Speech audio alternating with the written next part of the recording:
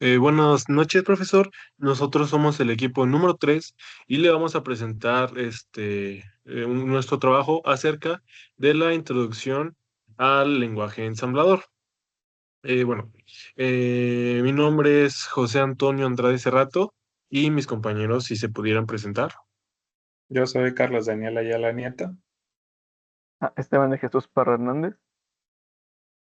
Y Jesús Osvaldo Muñiz Martín. Muy bien. Nosotros vamos a presentar la actividad número 2, la cual, pues vaya, repito, consiste en la introducción al lenguaje ensamblador y en esto van las interrupciones. Entonces yo le voy a platicar un poquito acerca de las interrupciones. Pero bueno, empezando, ¿qué son las interrupciones? En términos generales o a grandes rasgos, en sí, una interrupción pues es un mecanismo mediante el cual un sistema, por ejemplo, un CPU o un microcontrolador o inclusive un entorno de programación de interfaz, detiene el flujo normal de ejecución de un programa para responder a un evento externo o interno que requiere una atención inmediata. Aquí yo les voy a estar compartiendo una pequeña imagen.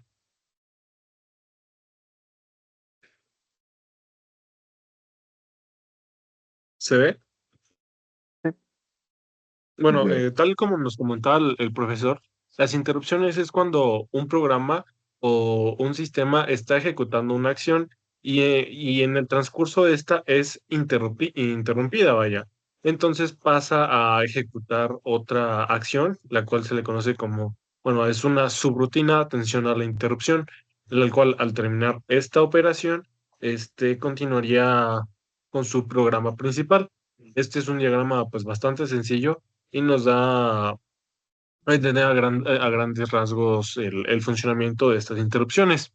Estas interrupciones pues son señales que informan al procesador o al intérprete en este caso que ha ocurrido pues un evento externo, por ejemplo, una tecla pulsada, un clic de ratón o un paquete de red, un hello, por ejemplo, o hasta mismo que un temporizador se cumplió.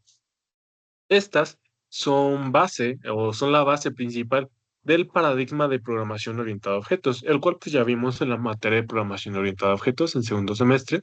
Pues es muy utilizado igual en esta materia, la cual es lenguajes de interfaz y en el desarrollo de sistemas un poco más interactivos. Cuando ocurre una interrupción, se invoca una rutina de atención. Puede ser handler o una ISR, la cual por su acrónimo es Interrupt Service Routine. Esta pues contiene las instrucciones para responder a dicho evento. Bueno, por ejemplo, ya ven que el profesor nos había puesto una analogía, como la de que él estaba dando la clase y en eso un alumno interrumpió para que le explicara una duda.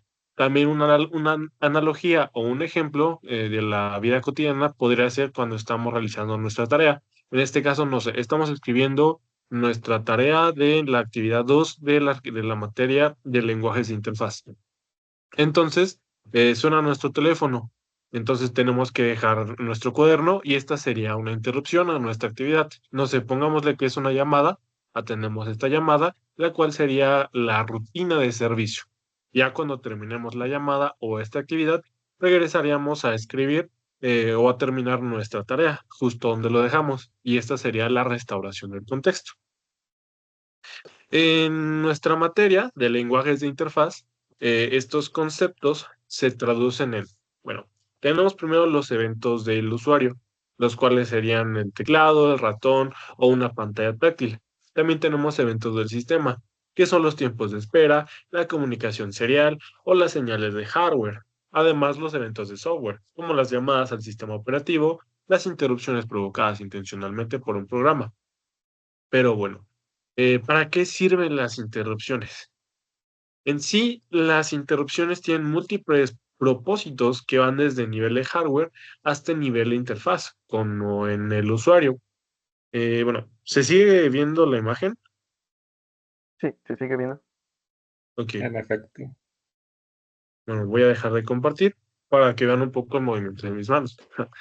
Este, Bueno, por ejemplo, en nuestro contexto general, que son las computadoras, vaya, como ingenieros en sistemas, estas interrupciones pues evitan el desperdicio de recursos, pues ya que permiten que el CPU que no esté verificado o que no esté verificando constantemente si ocurrió un evento. También las respuestas en el tiempo real, pues estas nos garantizan que otros eventos externos, como un simple clic en un ratón o la señal de un sensor o de la pantalla táctil de nuestro teléfono o de la laptop, etcétera, etcétera. Y pues en la multitarea y en el control eficiente. Las interrupciones posibilitan que varios procesos convivan y se repartan el tiempo de CPU, haciendo que nuestro procesador ejecute varias tareas al mismo tiempo y pues estas sean interrumpidas una de otra y no se enfoque solamente en una, creando justamente la multitarea. Por eso es que tenemos, nuestros procesadores tienen distintos núcleos, los cuales cada uno se encarga como de una tarea en específico y no un simple núcleo se tenga que estar enfocando en cada tarea. En nuestra materia de lenguajes de interfaz, las interrupciones nos sirven para crear un control de eventos del usuario. Pues cada vez que un usuario interactúa con la interfaz, como el teclado o el ratón o la pantalla, en el fondo se está generando una interrupción y esto, pues vaya, podría ser explicado como en una aplicación gráfica que al presionar el botón se disparará una rutina, la cual también es llamada como handler, y esta pues actualizaría la interfaz. También otro uso es en la sincronización de dispositivos externos, pues esto debido a que en entornos en donde se programa la interfaz entre el hardware y el software, las interrupciones pues permiten que sensores, actuadores o periféricos de nuestra computadora o de cualquier sistema notifiquen al sistema que hay información nueva. Por ejemplo, un microcontrolador de Arduino que reciba una interrupción cuando un sensor detecta el movimiento. Esto también sería una interrupción. Y bueno, en esta asignatura, ¿en dónde utilizamos las interrupciones? En lenguajes de interfaz, las interrupciones tienen una base principal con la interacción del usuario. Pues cada vez que se programa un botón, un clic, una pulsación o cualquier interrupción mediante un dispositivo, etcétera, una entrada táctil, una entrada vaya, en realidad estaremos trabajando sobre rutinas que se disparan gracias a interrupciones. Por ejemplo, al hacer un programa en JavaFX, la función onClick o un preset, sí la llegaron a utilizar en, no sé, tópicos avanzados de programación, estas funciones. ¿Ustedes, compañeros? Y claro, todavía se utilizan bastante en todas los programas que hicimos. Y bueno, retomando un Sí, sí, poquito, sí. hablando hace ratito de que se usan en periféricos, quería mencionar que esta parte es como la gestión de los periféricos de entrada y salida, que en este caso es el uso más común, ya que en periféricos lentos, no sé, como un teclado o un disco duro, pues un periférico como esos no debe monopolizar la atención de una CPU. En su lugar debe el procesador supervisarlo a través de un sondeo, que también nos estaba comentando el profe en la clase anterior, que le llamó polling. Creo que es cuando el dispositivo de entrada y salida envía una interrupción solo cuando tiene ya los datos listos para cargarse o que necesita atención.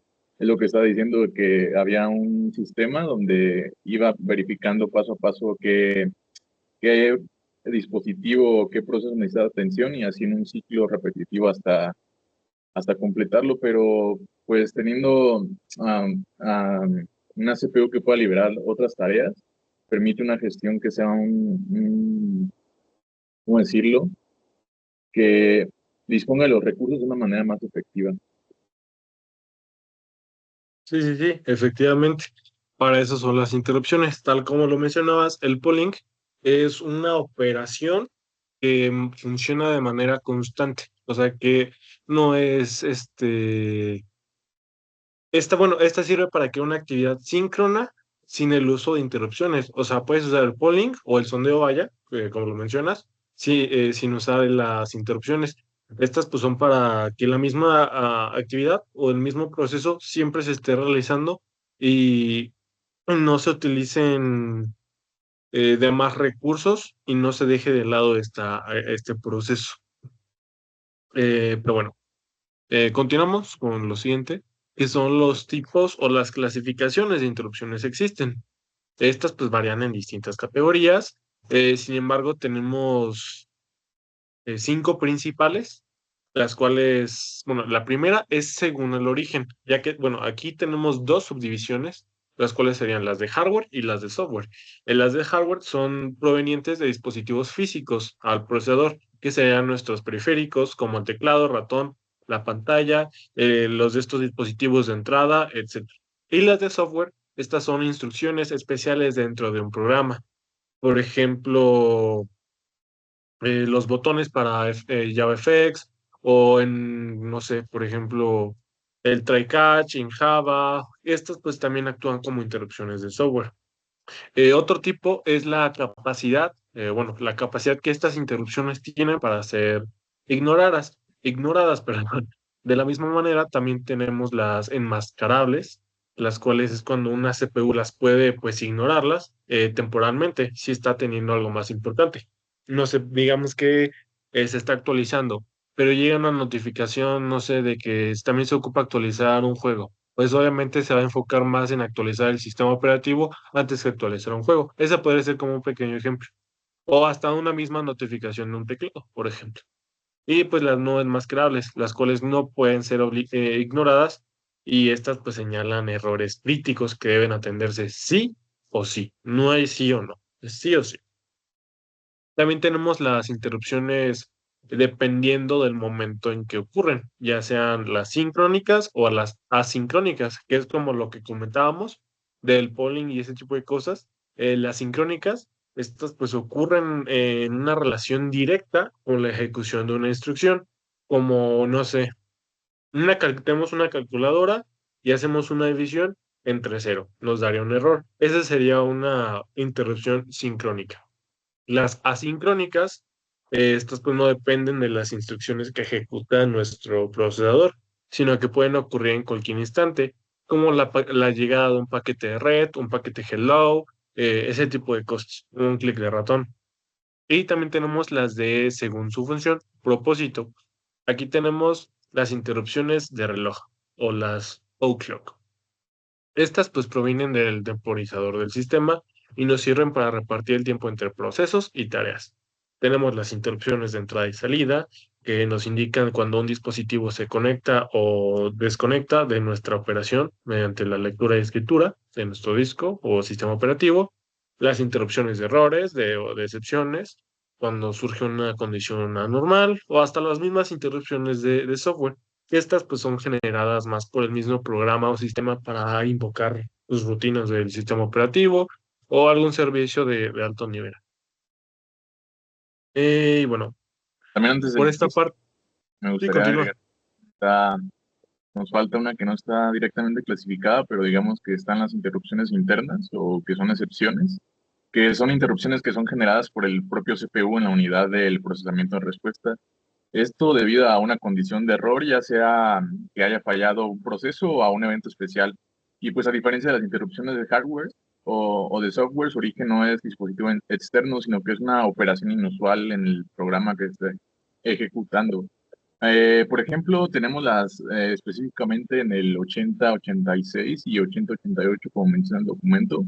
Por lo que investigué, tenemos el int 0, que ya lo habías mencionado, que es la división por cero, que también explicó el profesor en clase.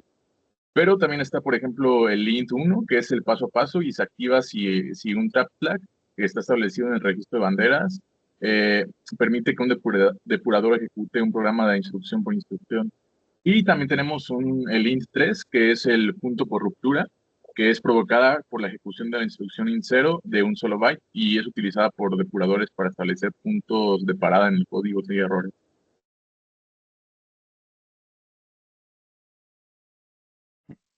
Sí, Y bueno, ahorita, sí, aprovechando que mis compañeros mencionaron los tipos de interrupciones y yendo más a fondo lo que respecta a las enmascarables y no mascarables, que como ya nos explicó nuestro compañero, nos dice que hay algunas que se pueden de cierta forma omitir o poner en pausa mientras otras más importantes se realicen.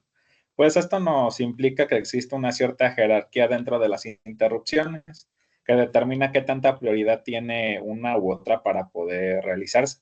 O sea, si tenemos dos interrupciones, nosotros tenemos que saber cuál es más importante realizar en ese momento. Por ejemplo, ya nos mencionaron varias veces la interrupción cero, que es la que va relacionada con la ALU cuando tiene una división por cero. Y como nos explicó precisamente el profesor de la clase, esta es una muy importante que tenemos que atender, ya que si se para la ALU, pues no podemos hacer absolutamente nada.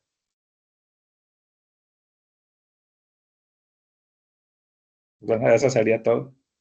Muy bien. ¿Quién iba a comentar acerca del cómo se pueden utilizar las interrupciones?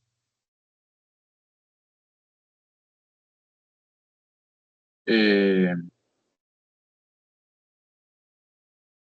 sí, ya lo habías mencionado un poco antes, me parece, pero bueno, para retomarlo, vamos a poner, por ejemplo, tengo dos ejemplos que investigué bastante bien. Digamos que el más, como ya lo había mencionado, era lo de los periféricos. Bueno, sí ya lo tenemos, pero tengo otro que es, otro ejemplo de uso es la multitarea y la sincronización. Por ejemplo, las interrupciones del temporizador generadas por un chip de soporte como el 8253 que están dentro de los Intel, pues permiten al sistema operativo soportar y tomar el control del procesador a intervalos de tiempo que sean regulares. Esto evita que un único programa monopolice la CPU, que como ya había mencionado antes, es muy importante ya que permite la planificación de tareas, que es la base de los sistemas multitarea y es lo que nos importa el multitasking. Un ejemplo más claro de este caso es el sistema operativo, donde se puede programar una interrupción de reloj que, no sé, por ejemplo, se active cada 50 milisegundos. Entonces, cuando la interrupción ocurre, el sistema operativo interrumpe el programa en ejecución, salva su estado y entonces carga el estado de otro programa, permitiendo que este último maneje una ejecución por un periodo de tiempo. Y esto da la ilusión, al menos en procesadores antiguos, que sea como si varios programas se ejecutaran simultáneamente, cosa que hoy en día ya es una realidad porque tenemos procesadores multinúcleo y multihilo, pero antes pues se separaba uno y en lo que ejecutaba el otro daba la sensación de que estaban simultáneos.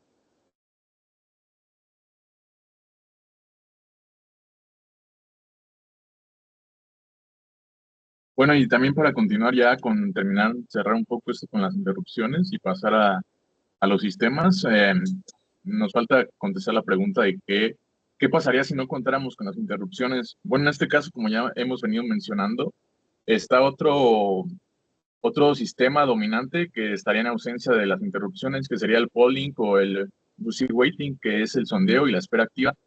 El polling es una técnica en la que el procesador revisa de forma continua y repetida el estado de un dispositivo periférico. Esto para determinar si necesita atención. Y está una constante verificación girando entre cada dispositivo y entre cada tarea. Y pues se le conoce como la espera activa, que es un modelo también llamado busy waiting. Y más específico en el modelo del polling, si el procesador necesita datos de teclado, entrará en un bucle que verifica constantemente un registro de estado del controlador del teclado hasta que se active una bandera de datos listos. Entonces, ya que se activa la bandera, el modelo contrasta con las interrupciones, donde el dispositivo avisa al procesador cuando está listo. Digamos que si una ausencia de interrupciones llevaría a un mundo con sistemas informáticos que son muy ineficientes, ya que pues en gran medida quedaría estancado y la CPU, que es el componente más rápido y costoso, se vería obligada a esperar activamente los dispositivos más lentos, lo que nos daría un cuello de botella y también periféricos como de entrada y salida serían mucho más difíciles de controlar. Y pues este problema se agrava en las operaciones de sistemas de tres buses, ya que los buses de direcciones y datos se mantendrán ocupados con el tráfico de estar verificando cada dispositivo una y otra vez, yendo y viniendo, lo que haría que que se ejecute constantemente el estado del poli, mientras que las operaciones productivas se frenarían un poco para esperar a los dispositivos más lentos. Y bueno, no sé si quieran ustedes, compañeros, agregar algo más acerca de las interrupciones antes de pasar a los sistemas.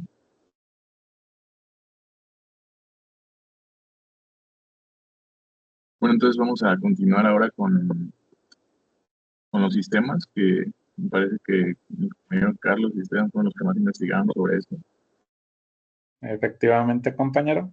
En nuestro caso vamos a hablar de lo que vienen siendo las llamadas a los servicios del sistema. Voy a compartir lo que viene haciendo el PDF del trabajo.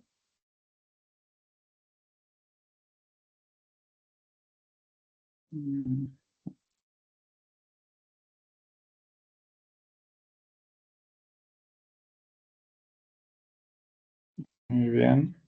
¿Pueden ver el PDF, compañeros? Sí, ya se ve. Perfecto. Bueno, las llamadas al servicio del sistema son un mecanismo que tienen nuestras computadoras que le permiten a programas creados por el usuario o el propio sistema operativo acceder a algunos componentes de hardware o de software que requieren privilegios especiales. ¿Y a qué me refiero con privilegios especiales? Pues son cosas que solamente un usuario de más nivel, como administradores o ese tipo de cosas, podrían acceder normalmente. En este caso, pues podríamos decir abrir archivos, por ejemplo. Necesitaríamos algún tipo de privilegio especial para poder realizar esa acción.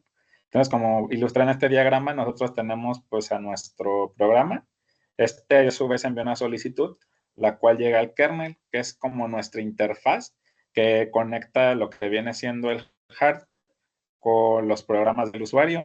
Este es el que va a evaluar si la solicitud es válida o no. En caso de que la acepte, pues va a realizar la operación y en caso de que la rechace, va a enviar un código de error y dicho resultado va a regresar pues al programa o componente que solicitó en primer lugar pues esta llamada de servicio.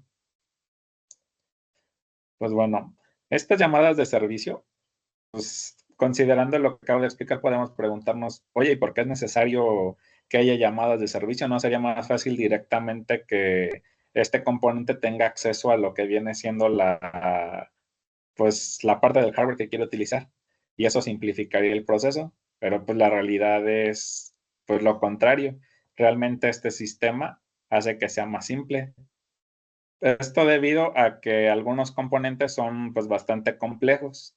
Entonces lo que hacen estas llamadas a servicio del sistema es abstraer la complejidad del hardware y que de esta manera nuestro componente o programa que solicita hacer pues esta función no tenga que saber los detalles del funcionamiento del hardware. Es decir, si quiere acceder a un archivo, no le interesaría saber, por ejemplo, en qué parte específica del disco está guardado nuestro programa o en qué segmento de la memoria está. Simplemente tiene que saber pues, que quiere abrir este archivo, envía el mensaje y el kernel ya se ocupa de gestionar toda esta situación. ¿Y para qué nos sirve? Pues como mencioné hace un momento, una de sus principales funciones es la abstracción del hardware y que de esta manera los programas no tengan tantos problemas a la hora de gestionarlos, ya que no necesitan saber tanta información. Entonces aquí tenemos de nuevo una pequeña ilustración donde el software interactúa con el kernel, el cual a su vez hace uso del hardware y le devuelve pues lo que solicitó de acá. Otra función muy importante sería la seguridad. El hecho de que nosotros tengamos un sistema que nos pide forzosamente que solicite permiso para usar una parte del hardware, nos da la facultad de que podamos aceptar o rechazar la solicitud. Y pues de esta manera nosotros podemos detectar si hay una posible amenaza y en caso de que la haya, porque pues los componentes son bueno, hay algunos componentes donde sí hay que tener mucho cuidado con a qué programas les damos acceso. Entonces, pues nosotros podríamos rechazarlos y ya nos evitamos de un problema. Adicionalmente a lo que mencioné hace rato, estos programas, las llamadas a servicio también nos sirven para tener una mayor coordinación a la hora de manejar los recursos de la computadora. Por ejemplo, si nosotros solicitamos acceso a un componente del hardware, digamos el disco, pues podemos saber exactamente qué programas están solicitando este acceso y tener una mejor gestión pues de cuánto le permitimos usar de dicho componente a cada uno. Esto se nota principalmente con el CPU o con recursos que son limitados. Entonces nosotros podremos tener una mejor gestión de los mismos y de esta manera aprovechar mejor nuestro equipo. Y como último tenemos la estandarización. ya que si tenemos un mismo sistema que se encargue de hacer esta interacción hardware y software, podríamos tener que nuestros programas sean más portables. Es decir, si nosotros escribimos un código en una computadora con un hardware específico y lo movemos a otra computadora que a su vez cuente con unas llamadas a servicio que se encargan de comunicarlo con el propio hardware, significaría que nosotros podemos estar utilizando el mismo programa en equipos que tengan hardware diferente. Y pues esto nos da la ventaja de la portabilidad. Entonces, pues podamos resumir las ventajas principalmente en la abstracción, seguridad, eficiencia y portabilidad. Ahora vayamos a las aplicaciones dentro de la asignatura, en este caso lenguajes de interfaz. Para hacer esto, pues me di a la tarea de revisar la instrumentación didáctica y en base a ello ver los temas que pudieran tener más relación con este tema. Pues primero que nada, en el primer parcial me topé con uno llamado llamadas al servicio del sistema, que asumo yo es al que está ligada a esta actividad. Y pues imagino que aquí veremos lo que son los aspectos generales de las llamadas a servicios y a su vez cuál es la función que estas cumplen. Ya teniendo pues dicha información podemos entender un poquito mejor lo que veremos más adelante, tal como viene siendo el desplegado de mensajes en el monitor. Como ya mencionamos, las llamadas a servicios gestionan la comunicación con el hardware. Y siendo el monitor una parte del hardware, pues yo pensaría que aquí vamos a ver las llamadas a servicio, en especial aquellas que tienen que ver precisamente con desplegar cosas en nuestros monitores. Pasamos a la segunda unidad, donde vemos la captura básica de cadenas y captura de cadenas con formato. En este caso, nosotros vamos a ocupar un componente de hardware que viene siendo el teclado de nuestra computadora. Entonces necesitaremos llamadas a servicio que se encarguen de gestionar esto mismo. Y finalmente entraríamos en lo que viene siendo la competencia 4. Esta, por lo que pude ver, está muy relacionada a el manejo de dispositivos externos, o lo que es lo mismo, las entradas y salidas de la computadora, para lo cual también son necesarias las rutinas de servicio o llamadas al sistema.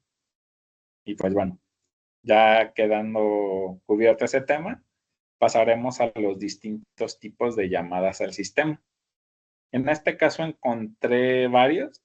Dentro de los principales están los de control de procesos, que como su nombre lo indica, se encargan de creación y gestión de los mismos procesos.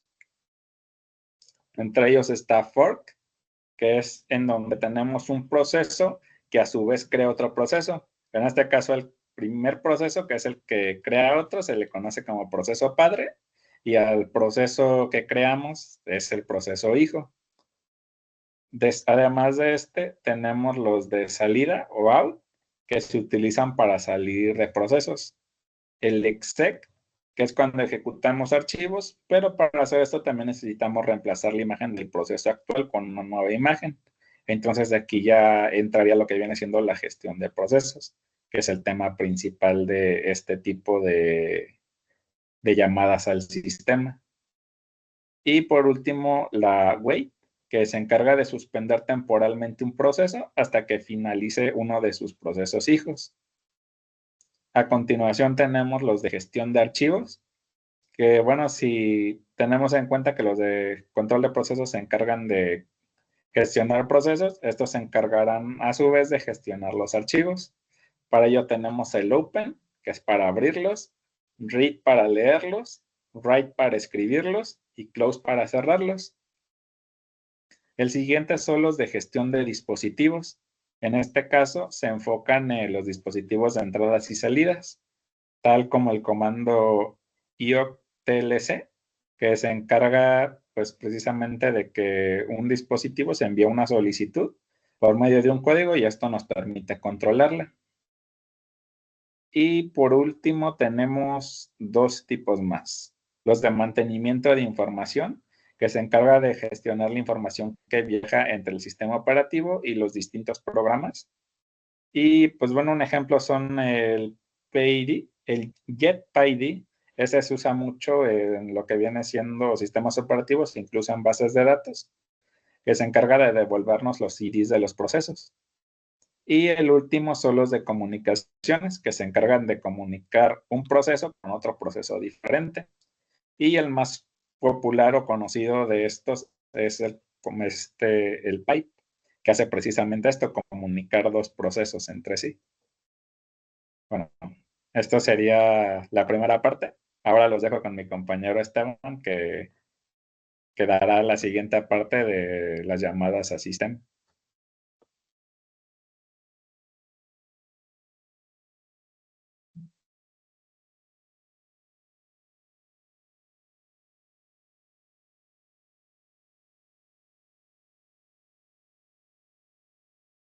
Así pueden ver el archivo. Así es, Sí, se ve bien. efectivamente, compañero. Bueno, entonces la siguiente parte es de cómo se pueden usar las llamadas del sistema, las llamadas al servicio de sistema. Como mencionó, que fue mi compañero Oswaldo, tenemos que tener en cuenta, para más fácil entenderlos, tenemos que tener en cuenta los tres buses, que el Intel 8086 y 8088 son los que tienen, que es el bus de direcciones, el bus de datos y el bus de control, que el primero se encarga de la dirección o el puerto de entrada y salida al que se va a acceder. El segundo transporta la información que se quiere intercambiar entre el CPU, la memoria o los dispositivos periféricos, como hemos mencionado. Y el tercero se encarga del tipo de operación que va a realizar, y así va a ser lectura, escritura, interrupción o reconocimiento de un dispositivo. Pues con esto el CPU puede coordinar de una forma eficiente, precisa las transferencias de que requieren las llamadas. Y pues las llamadas del servicio no es más que un mecanismo estandarizado por el cual el programa solicita a la BIOS o al sistema operativo, que también podemos ver, bueno, se va a ver más adelante como el DOS, el Disk Operative System, que realiza una tarea determinada, ya pues como se mencionó, leer del teclado, mostrar en pantalla, acceder a un archivo o escribir en el disco. Eh, la forma más clásica de poder usar esto, no sé si alguno de mis compañeros llegó a ver esta instrucción, es la int, pero no es int de entero como la conocemos normalmente en lenguajes más de alto nivel, sino que es int de interrupción y acompañado de el número de la interrupción que va a ser, la cual dispara la interrupción ya puede ser por software, como mencionaron, o por hardware. Y una forma un poco más gráfica poder verlo, pues encontré esta imagen, que como podemos ver tenemos el programa principal. Este podría ser como una expansión, un poco más, sí, una expansión del primer diagrama que mostraron, que mostró mi compañero Antonio, que podemos ver la dirección. En este caso tenemos la dirección 0x101, que va a ser la llamada que está haciendo la interrupción 0x015, la cual en la cual mete la bandera a una pila. También mete el code segment, el IP, que es el Process ID, y luego, cuando los mete a la pila, va a la tabla de interrupciones, a la tabla de vectores de interrupciones, la cual va a buscar esa interrupción. En este caso podemos observar que es la interrupción 0x0015, la cual esta tiene almacenada la dirección de memoria a la cual va a apuntar a la rutina de servicios, que es otra tabla. En este caso va a ser está en la dirección 0x200, y esta dirección va a ejecutar lo que está en las instrucciones para finalmente, cuando ya se realizó todo este proceso, va a liberar la bandera. Bueno, primero va a liberar el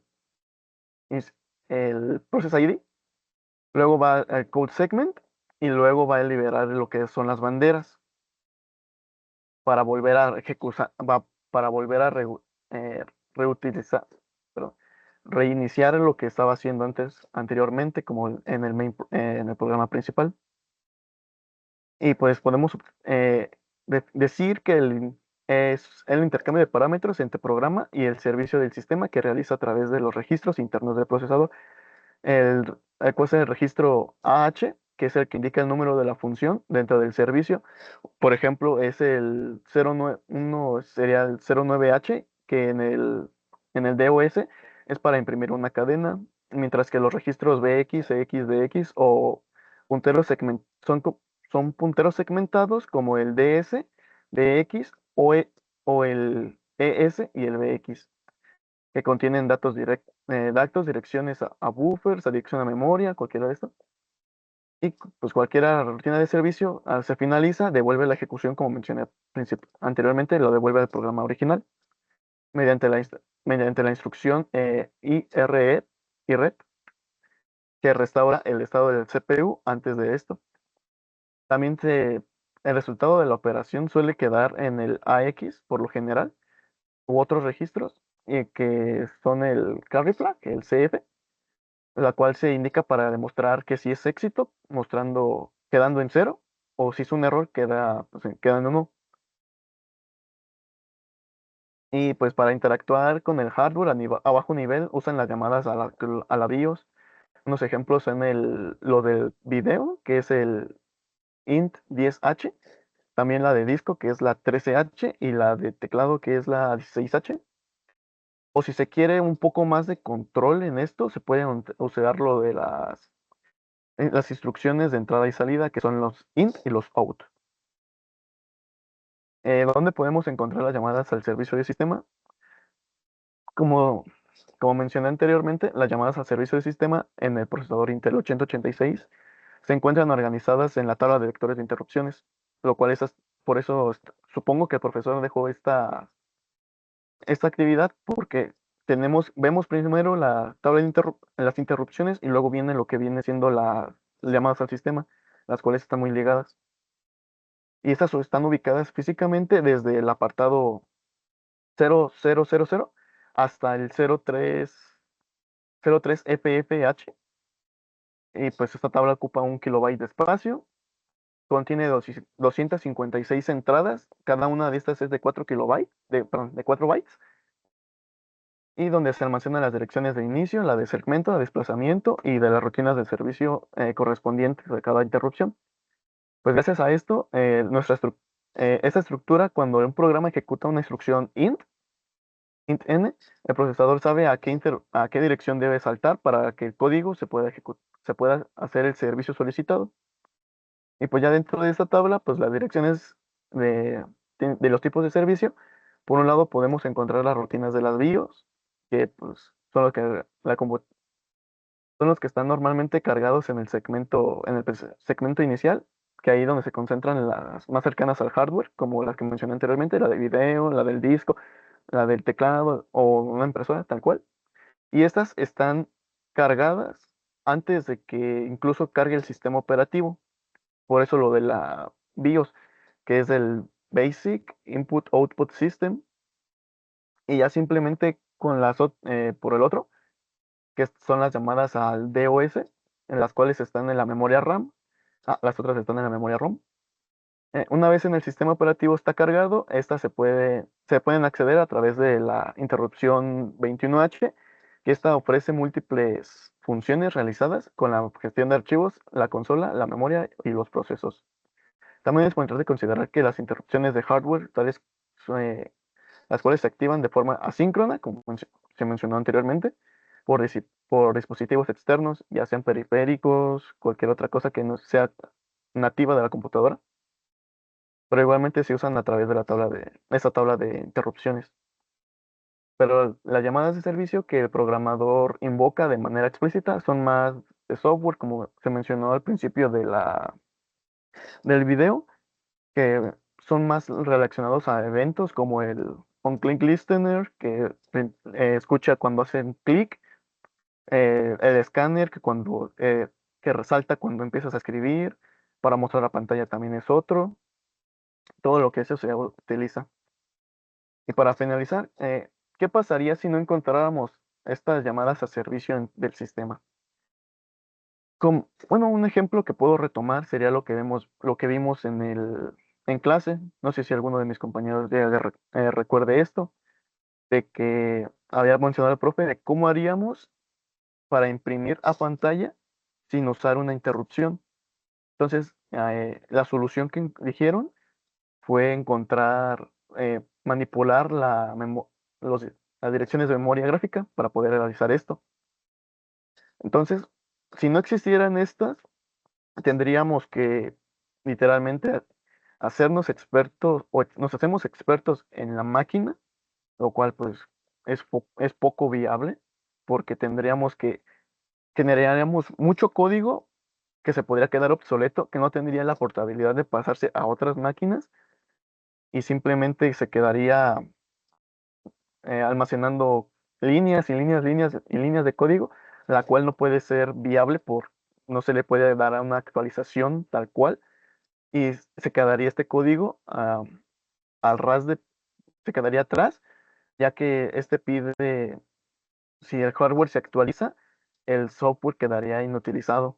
Es por eso que requiere ya con estas subrutinas ya predeterminadas, ya hechas, para para no generar este sesgo de que se actualizó el hardware, utilizó unas nuevas cosas y para que el programador le sea más sencillo poder utilizar estas interrupciones sin saber lo que están pasando realmente.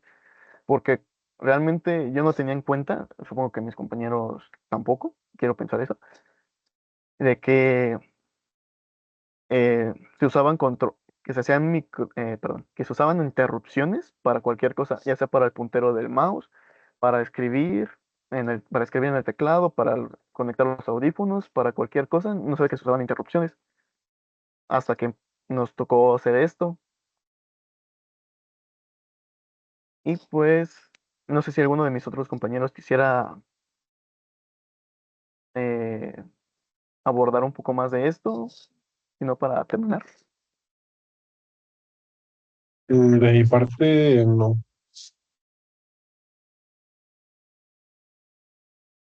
Sí, me Pues parece que bueno, Pues bueno, solamente... tú estás primero, compañero. no, habla. Ah, bueno, como retomando lo mismo que decías de que no sería viable a nivel de programación, porque se tendría que estar reescribiendo constantemente con las actualizaciones, pues también habría que mencionar que de la mano con esto conlleva que tampoco sería viable a nivel económico, porque pues, no le podemos estar pagando a programadores para que cada vez que salga una actualización de software, también tengan que rehacer todos los códigos de todos los programas. Entonces, pues directamente son fundamentales las llamadas a servicios para que la computación tal y como la conocemos sea sostenible. ¿Sí? Sería todo.